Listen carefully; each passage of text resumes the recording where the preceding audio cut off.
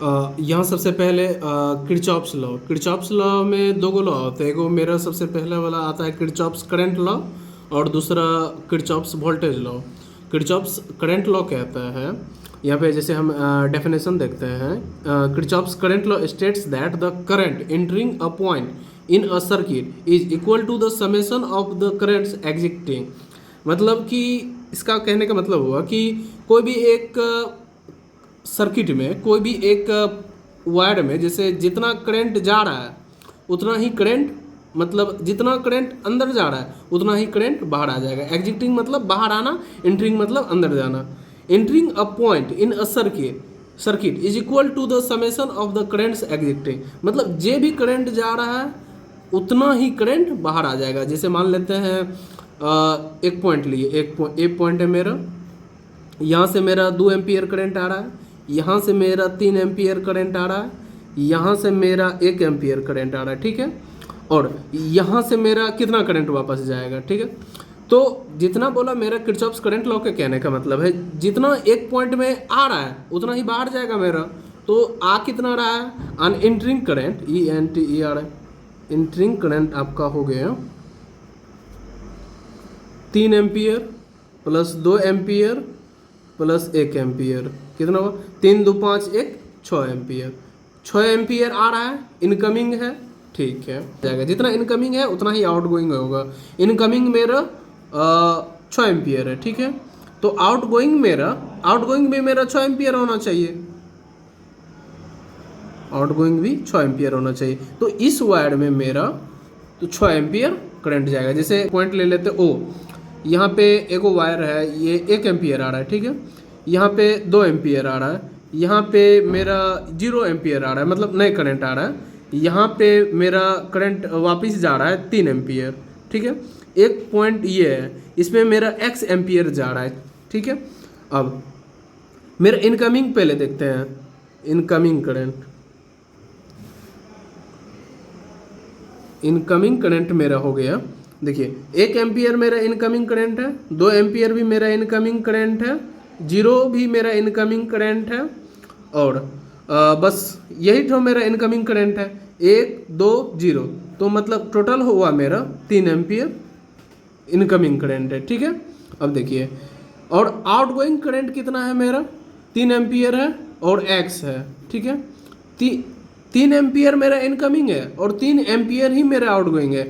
Kirchhoff's current law कहता है कि जितना आ रहा है उतना ही जाएगा। मेरा 3 आ रहा है तो 3 ही वापस जाएगा, और 3 मेरा जा ही रहा है, x में मेरा 0 एम्पियर जाएगा, मतलब करंट यहाँ पे नहीं जाएगा x में।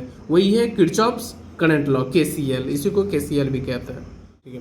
चलिए मेरा नेक्स्ट है किरचॉफ्स वोल्टेज लॉ, इसी को हम लोग KVL भी कहते हैं, किरचॉफ्स वोल्टेज लॉ, ठीक है। किरचॉफ्स वोल्टेज लॉ कहता है states that the summation of all voltage drops in a closed loop must equal to 0 which is a result of the electrostatic field being conservative. मतलब हुआ कि मेरा एक जो भी सर्किट है उसमें क्लोज लूप में मेरा, जैसे ये मेरा एक लूप हो गया है, पूरा क्लोज्ड है, ये भी मेरा लूप हो गया, ये भी मेरा लूप हुआ है, ठीक है। किरचॉफ्स वोल्टेज लॉ कहता है जो भी मेरा वोल्टेज ड्रॉप्स होगा उसका अलजेब्रिक सम या फिर उसका समेशन मेरा इक्वल टू 0 हो जाएगा, ठीक है। जैसे यहाँ से मेरा एक लूप है मेरा ABCD मेरा यहाँ पे लूप है, तो ठीक है। चलिए, तो डायरेक्शन मान लेते हैं, करंट का मेरा डायरेक्शन इस साइड से आ रहा है, या फिर वोल्टेज ड्रॉप्स मेरा इधर है, ठीक है।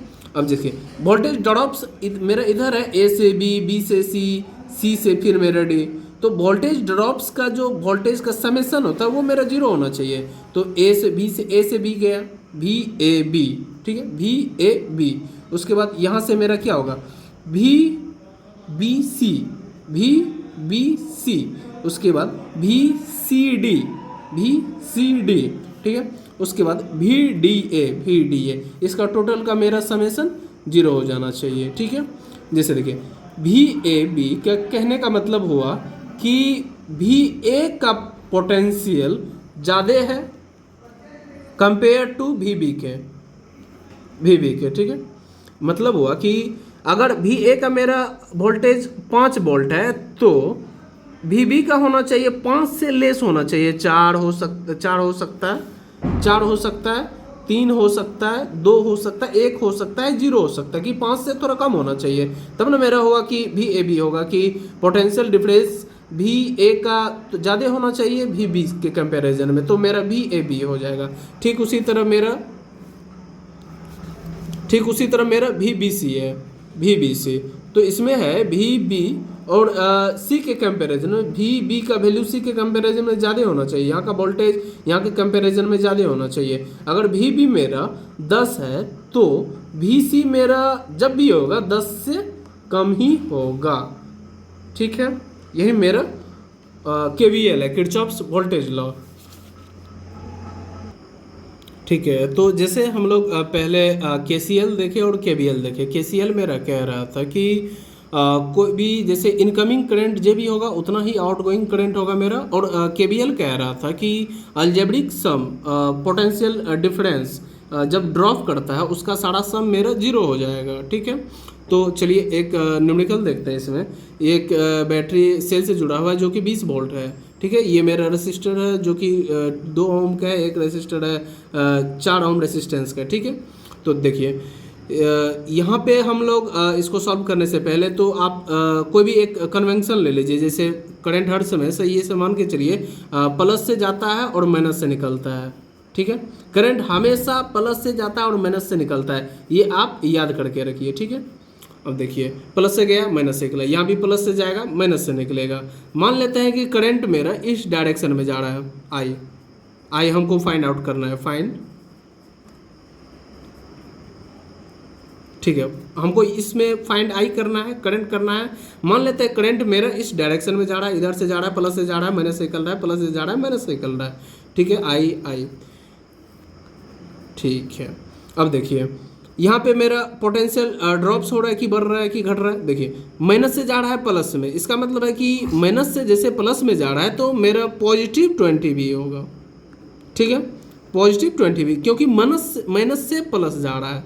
हाँ, फिर यहाँ से चले गए, इसके बाद यहाँ पे है, यहाँ से प्लस से माइनस जा रहा है, प्लस से माइनस, इसका मतलब है कि उसका वोल्टेज ड्रॉप हो रहा है। ठीक है, ड्रॉप हो रहा है तो मेरा नेगेटिव में हो जाएगा, नेगेटिव में। जैसे उसमें हम लोग V is directly proportional to I होता है ओम्स लॉ के अकॉर्डिंग, V बराबर IR मेरा हो गया। ठीक है, V बराबर IR हो गया। यहाँ पे पोटेंशियल मेरा वोल्टेज कितना होगा, V बराबर IR, I हम लोग I माने हैं, R मेरा 2 है, यहाँ पे 2I हो गया।